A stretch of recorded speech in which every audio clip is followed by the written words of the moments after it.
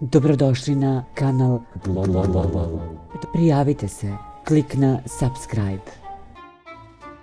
Premijerka Srbije Ana Brnabić gostovala je u emisiji Ćirilica i tom prilikom komentarisala je lažne vesti pojedinih medija koje kruže Srbijom. Naši tajkunski mediji napadaju kako izgleda naša privremena bolnica na sajmu. Sajam im je bio logor i u sajmu ljudi umiru od hladnoće. Na sajmu je nameštena temperatura od 20 stepeni non stop. Cijela naslovna strana Danasa posvećena je tome, Vučiću, doktorima, vladi koja sakuplja novac. Šta je tačno problem? Što Srbija radi ono što i sve druge zemlje. Pišu da na sajmu nema tuševa. To je lažna vest, laž. Zašto vi to radite?